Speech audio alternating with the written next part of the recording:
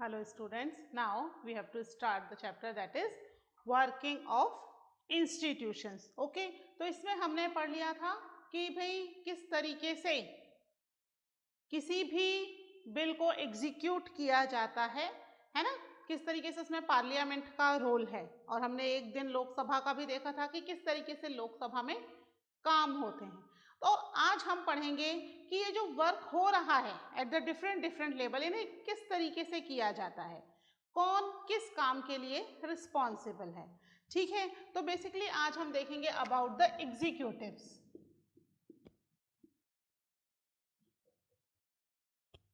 ठीक है, ये जो अलग अलग फंक्शंस कर रहे हैं, these are basically executives.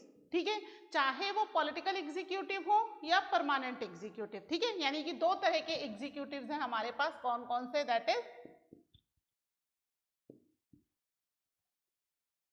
Political executive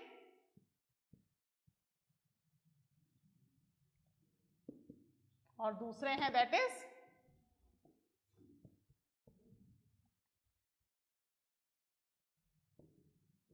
permanent executives. ठीक है, दो तरह की। अब इनमें क्या फर्क है, देखिए जब हमने देखा कि मंडल कमीशन ने अपनी रिपोर्ट दे दी और उसके बाद इस पॉलिसी को इम्प्लीमेंट किया गया है ना, तो इम्प्लीमेंट में इंपॉर्टेंट रोल किसका था, प्राइम मिनिस्टर वीपी सिंह का, है ना। उसको इम्प्लीमेंट करने में prime minister VP Singh is a political executive. Political executive क्यों, because he was chosen by the people, directly chosen by the people, understood. तो he was a political executive, जिन्हें लोगों ने चूज किया। फिर हमने देखा कि जब ये पॉलिसी पास हो गई, बिल पास हो गया, तो वो एग्जीक्यूशन के लिए कहाँ गया, अ पर्टिकुलर डिपार्टमेंट में, है ना, जहां पर उस डिपार्टमेंट के लोगों ने प्रॉपरली उस बिल को एग्जीक्यूट किया, बनाया, और फिर उस डिपार्टमेंट के जो हेड हैं उन्होंने उसको साइन किया। बेशक उस बिल के पास होने में या बनने में उस डिपार्टमेंट के हेड का कोई रोल नहीं था, उन्होंने केवल उस पॉलिसी को जो कि लोकसभा में पास हो गई है बाय द पॉलिटिकल एग्जीक्यूटिव को प्रॉपरली बस फ्रेम किया और साइन किए। These are the permanent executives. ठीक है, यानी कि पॉलिटिकल एग्जीक्यूटिव कौन से हैं, those who were chosen by the people, chosen by people, that is political executive. तो परमानेंट एग्जीक्यूटिव कौन है, दीज आर सिविल सर्वेंट्स। ठीक है, जो बाकायदा एग्जाम फाइट करके आते हैं, है ना। इनका रिटन एग्जाम होगा, पहले प्री, फिर मेन, फिर इंटरव्यू, उसके बाद फाइनली इन्हें ये पोस्ट मिलती है। ठीक है, तो ये सिविल सर्वेंट्स हैं, ये political executive chosen by the people हैं, और ये रिटन एग्जाम और बाकायदा प्रॉपर एग्जाम पास करके आए हैं, है ना। Exam pass, they pass the exams, यूँ लिख लेते हैं। ठीक है,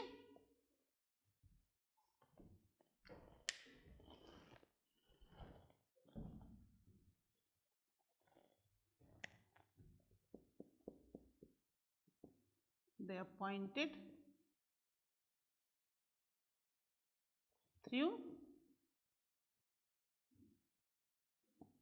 वेरियस एग्जाम्स, है ना। अलग अलग तरह के कई सारे एग्जाम्स होते हैं, उसके थ्रू उन्हें अपॉइंट किया जाता है, और ये तो directly elected by the people हैं ही। ठीक है, अब इनमें कौन ज्यादा पावरफुल है, ये पॉलिटिकल हैं। ठीक है, आफ्टर एवरी 5 ईयर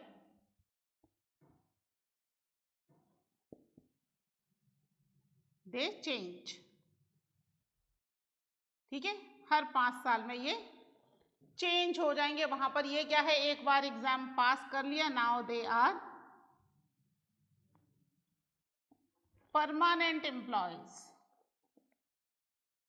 है ना, ये एम्प्लॉयज हैं, परमानेंट एम्प्लॉयज, एक बार एग्जाम पास कर लिया, अब रिटायरमेंट होगा, है ना, 60, 62, 65 जो भी क्राइटेरिया है, तब इनका रिटायरमेंट होगा, इन्हें बीच में अपनी पोस्ट छोड़ने की जरूरत नहीं है। लेकिन दे आर मोर पावरफुल। क्यों होते हैं मोर पावरफुल? और ये क्या करते हैं? They follow the orders.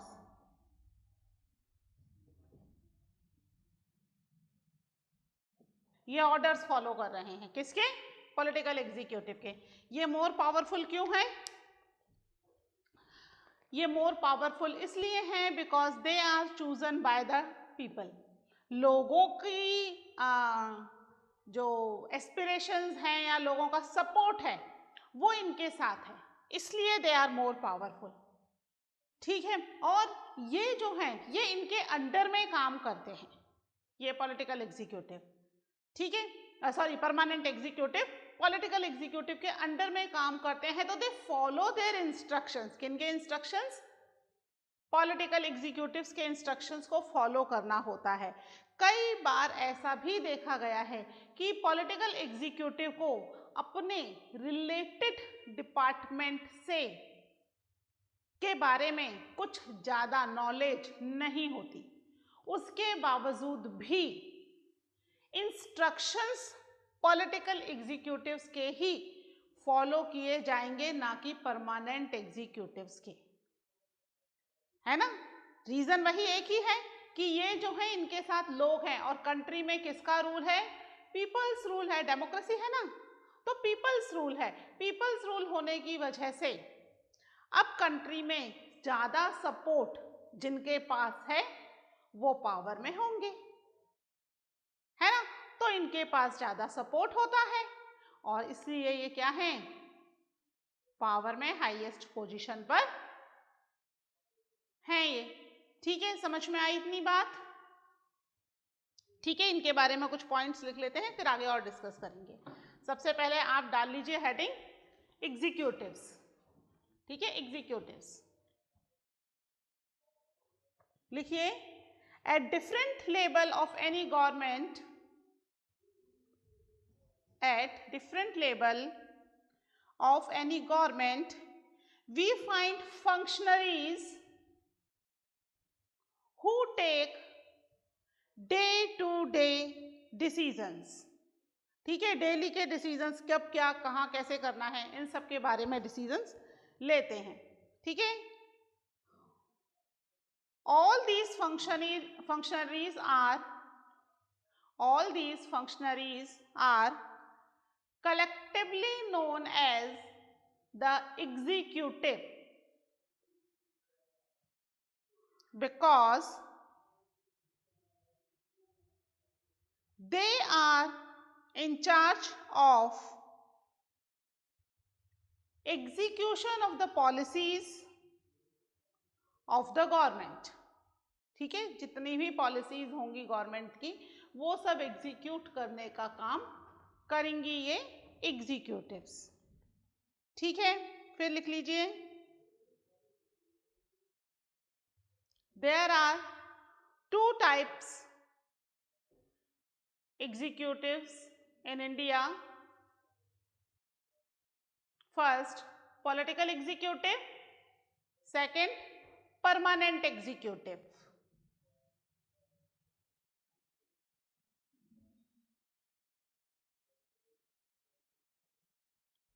लिखिए, इसमें सबसे पहले हेडिंग डाल लीजिए पॉलिटिकल एग्जीक्यूटिव्स। ठीक है, पॉलिटिकल एग्जीक्यूटिव में लिखिए, this is elected by the people for a specific time period, है ना, for 5 years specific time period के लिए। They are elected by the people for a specific period is called political executive।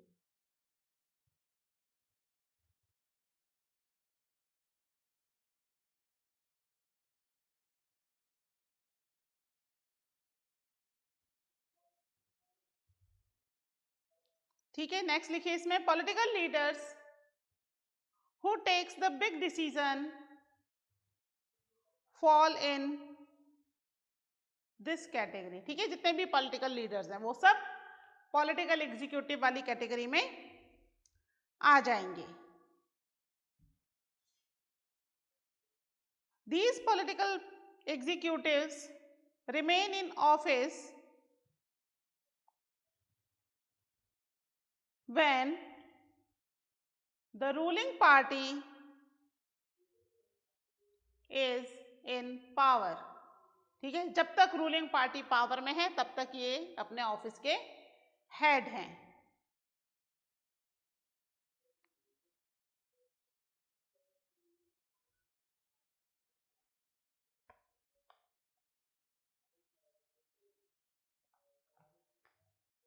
ठीक है, लिखिए फिर next, political executive have the power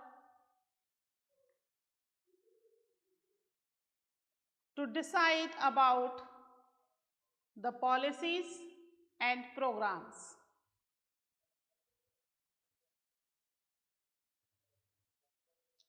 Sometimes, इसी में ही लिख लीजिए पॉलिटिकल एंड प्रोग्राम्स वाले में ही, sometimes the ministers may know very little about the technical matters that come under their ministry, ठीक है, कई बार उनकी एजुकेशन उस लेवल की नहीं है। हमारे यहाँ पर पॉलिटिकल लीडर बनने के लिए कोई भी एजुकेशनल क्राइटेरिया नहीं है, हमने पढ़ चुके हैं इस चीज को, है ना। तो अब क्योंकि उनकी एजुकेशन उस लेवल की नहीं है कि वो समझ सकें उस टेक्निकल मैटर को या उस बात को, है ना, उनके पास उतनी नॉलेज नहीं है, उसके बावजूद भी लिखिए इसमें,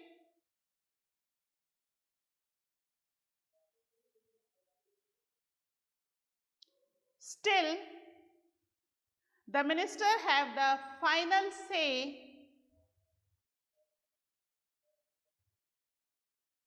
on the matters related to their ministry, ठीक है, उनकी मिनिस्ट्री से रिलेटेड मैटर में फिर भी उनकी ही चलेगी, चाहे उन्हें उसकी नॉलेज हो ना हो। कई बार डिफेंस है, फाइनेंस है, ठीक है, ये कुछ ऐसे सब्जेक्ट्स हैं जिसके बारे में अगर नॉलेज नहीं है तो आप डिसीजन नहीं ले सकते, फिर भी क्योंकि these are the chosen by the people, तो इनकी ही फाइनल डिसीजन जो है वो होता है। क्यों है ऐसा, लिखिए, the minister is elected by the people and दस empowered to exercise the will of the people on their behalf,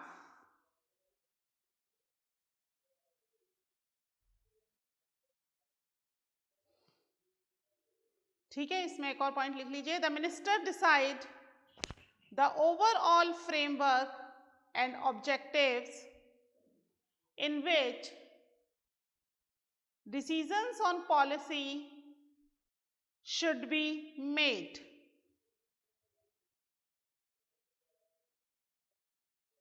ठीक है, दे कैन टेक, इसी में ही लिख लीजिए लास्ट वाले पॉइंट में, they can take the advice of experts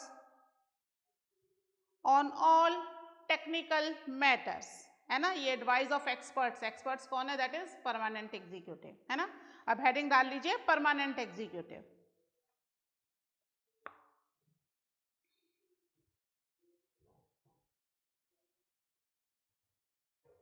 People who are appointed for a long term basis known as permanent executive or civil servants,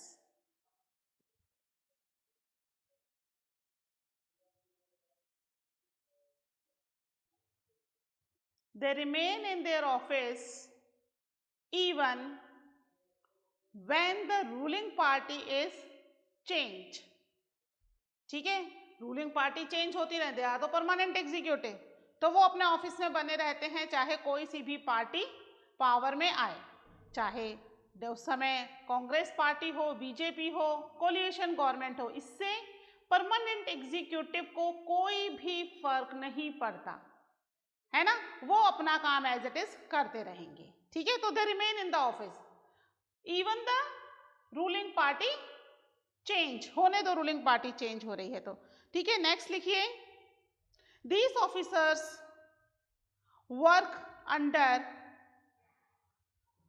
political executive and assist them in carrying out day to day administration, ठीक है। क्या करते हैं permanent executive, political executive के assistant हैं, ठीक है, और उनके डे टू डे वर्क में उनकी हेल्प प्रोवाइड कर रहे हैं, ठीक है। नेक्स्ट लिखिए, the civil servants is usually more educated and has more expert knowledge of the subject, अपने सब्जेक्ट की पूरी नॉलेज होती है। पॉलिटिकल एग्जीक्यूटिव की तरह लोगों की विश से नहीं आए हैं ये, पॉलिटिकल एग्जीक्यूटिव को किसने लाया है पोस्ट पर, पीपल्स विश, है ना, लोगों की इच्छा ने। ये कैसे आए हैं अपनी पोस्ट पर, through their own knowledge, their own education, तो ये अपने सब्जेक्ट में एक्सपर्ट होते हैं, ठीक है। नेक्स्ट पॉइंट इसमें लिखिए,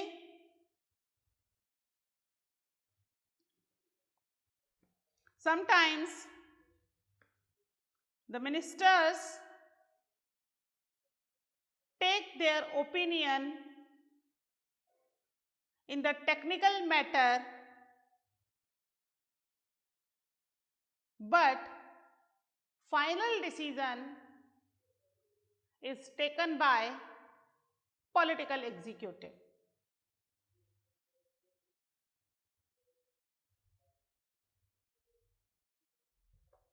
ठीक है। तो ये जो है ये दोनों में डिफरेंस है, समझ में आया आपको ये डिफरेंस परमानेंट एग्जीक्यूटिव और पॉलिटिकल एग्जीक्यूटिव में।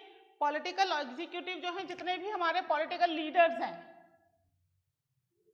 है ना, सारे पॉलिटिकल लीडर्स हमारे पॉलिटिकल एग्जीक्यूटिव हैं, किसी ना किसी डिपार्टमेंट में होते ही हैं। जबकि परमानेंट एग्जीक्यूटिव क्या है, these are the civil servants, RAS exam, IAS exam, है ना, यूपीएससी, बहुत सारे एग्जाम्स आते हैं, उनके थ्रू एग्जाम्स फाइट करके अपनी पोस्ट पर आते हैं, means they are the government employees, ठीक है, हाईएस्ट पोजीशन है, but they are under the political executive, ठीक है। दोनों में काफी फर्क है, ये जो है ये ऑर्डर देने वाले हैं political executive, and permanent executive orders follow करने वाले हैं। बेशक नॉलेज इनके पास ज्यादा है, एक्सपीरियंस इनके पास ज्यादा है, क्योंकि ये तो अपनी पोस्ट पे बने रहते हैं, है ना, पार्टी चेंज होती रहती है, मिनिस्टर्स आए या चले गए, है ना, एक्सपीरियंस्ड हो या अनएक्सपीरियंस्ड हो, सबके साथ काम करना होता है। तो इन्हें अपने डिपार्टमेंट की फुल नॉलेज होती है कि इस डिपार्टमेंट में क्या क्या काम हो चुका है, क्या क्या काम हो रहा है, ठीक है। तो पूरे डिपार्टमेंट की नॉलेज होती है, जबकि पॉलिटिकल एग्जीक्यूटिव को इतनी नॉलेज नहीं होती। गवर्नमेंट चेंज, लीडर चेंज, अब जब लीडर चेंज होकर आए हैं तो उन्हें क्या पता कि पिछली गवर्नमेंट क्या क्या करके गई है, बट इन्हें पता होता है क्योंकि ये अपनी पोजीशन पर बने रहते हैं, ठीक है। समटाइम्स ट्रांसफर्स वगैरह हो जाते हैं, that is the different case, ठीक है। तो ये अपने काम में पूरी तरीके से एक्सपर्ट होते हैं, टेक्निकल मैटर में इनको पूरी नॉलेज होती है, जबकि पॉलिटिकल लीडर्स अधिकतर ऐसा होता है कि they don't know about their related ministry, उसके बारे में उनके पास बहुत कम नॉलेज होती है, ठीक है। तो this is about the political and permanent executives, ठीक है, समझ में आ गया पॉलिटिकल एंड परमानेंट एग्जीक्यूटिव्स हैं हमारे को, आपने एग्जाम्पल से आपको क्लियर हो गया होगा। कई बार इसके लिए डिफरेंशिएशन आता है एग्जाम में, differentiate between political and permanent executive, मेरे हिसाब से आप 4-5 डिफरेंस आराम से लिख सकते हो, है ना, अब आपको पता चल गया।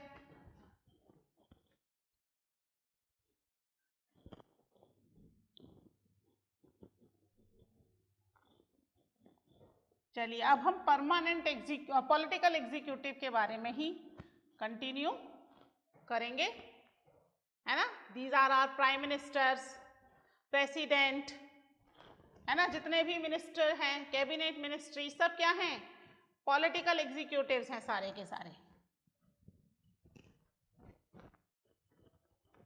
तो हम पॉलिटिकल एग्जीक्यूटिव्स के बारे में कंटिन्यू करेंगे।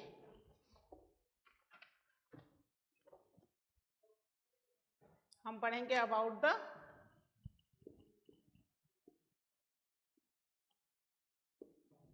Prime minister,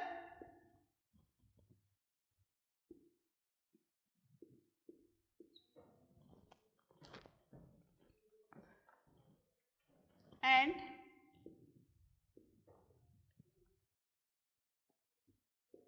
council of minister.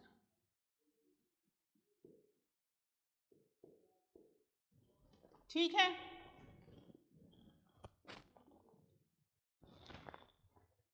हमारी जो गवर्नमेंट है डेमोक्रेसी में, हम इंडिया की बात कर रहे हैं, we are talking about India, है ना। अलग अलग कंट्री में अलग अलग तरह का होता है। इंडिया में प्राइम मिनिस्टर जो है सबसे ज्यादा पावरफुल है। क्यों है? क्योंकि इनके पास काउंसिल ऑफ मिनिस्टर का सपोर्ट होता है। अब काउंसिल ऑफ मिनिस्टर क्या होती है, सबसे पहले तो हम देखते हैं कि प्राइम मिनिस्टर का अपॉइंटमेंट कैसे होता है, कौन प्राइम मिनिस्टर बनेगा। इसके लिए कंट्री में सबसे पहले लोकसभा इलेक्शन होते हैं।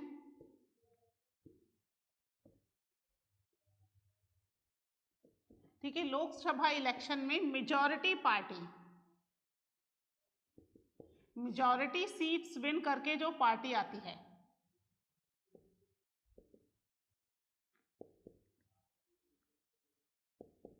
ठीक है, इस मेजॉरिटी पार्टी का, जो भी पार्टी होगी, बीजेपी है, कांग्रेस है, अगर नहीं है तो ये कोलिएशन बना लेते हैं।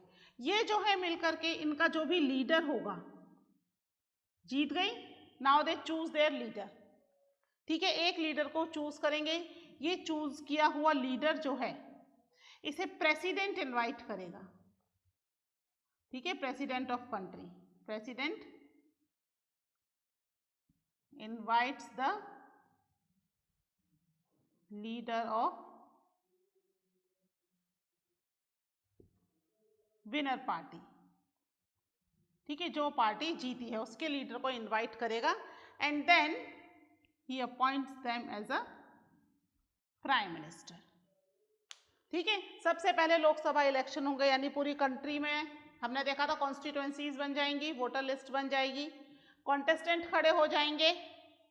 ठीक है, इलेक्शन होगा, पोलिंग होगी, फाइनली रिजल्ट आएगा। रिजल्ट में जो भी पार्टी मेजॉरिटी सीट्स के साथ विन करेगी, है ना, अगर हम मान लें कि कंट्री में 545 सीट्स हैं टोटल, तो इसमें मेजॉरिटी सीट्स यानी नियर अबाउट 300 सीट्स जो लेकर के आएगा, नियर अबाउट, है ना, फिक्स नहीं कह रही हूँ, नियर अबाउट, इसमें ज़्यादा कम हो सकता है, लगभग 300 सीट्स जो लेकर के आएगा वो क्या हो जाएगा, मेजॉरिटी पार्टी। इसका मतलब ये नहीं है कि बाकी के बचे हुए 245 फालतू हैं वो ऑपोजिशन में चले जाएंगे,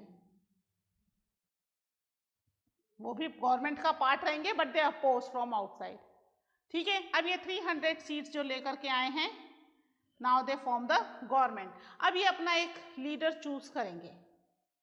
ठीक है, कि हु बिकम देयर लीडर। अब इनका जो भी लीडर बनेगा उस लीडर को प्रेसिडेंट इनवाइट करेगा। ठीक है, कि भाई आइए आप प्राइम मिनिस्टर बन जाइए, क्योंकि अब जीत चुके हो। वो जैसे ही इसको करेगा और वो उसको अपॉइंट कर देगा एज अ प्राइम मिनिस्टर।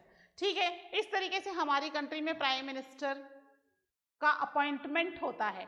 अब यहां पर अगर 300 सीट्स एक पार्टी के पास नहीं है तो क्या होगा, कोलिशन गवर्नमेंट बनेगी। कोलिशन गवर्नमेंट बनने की कंडीशन में भी अब जो मेंबर्स हैं कोलिशन ग्रुप के, यानी जितनी भी पार्टी उसमें यूनाइटेड हुई हैं, वो सब मिलकर के अपने लिए एक लीडर चूज करेंगे, है ना। लीडर तो चूज करना ही है इन एनी कंडीशन, कि कौन उनकी पार्टी का लीडर होगा जो कि प्राइम मिनिस्टर बनेगा। ठीक है, तो अगर कोलिएशन बनी है इनकी, आपस में मिली जुली सरकार बन रही है, कई सारी पार्टियां मिल रही हैं आपस में और फिर गवर्नमेंट बना रही हैं, then again they choose one leader, और वही चूज किए गए लीडर को क्या करेगा, फिर प्रेसिडेंट इनवाइट करेगा।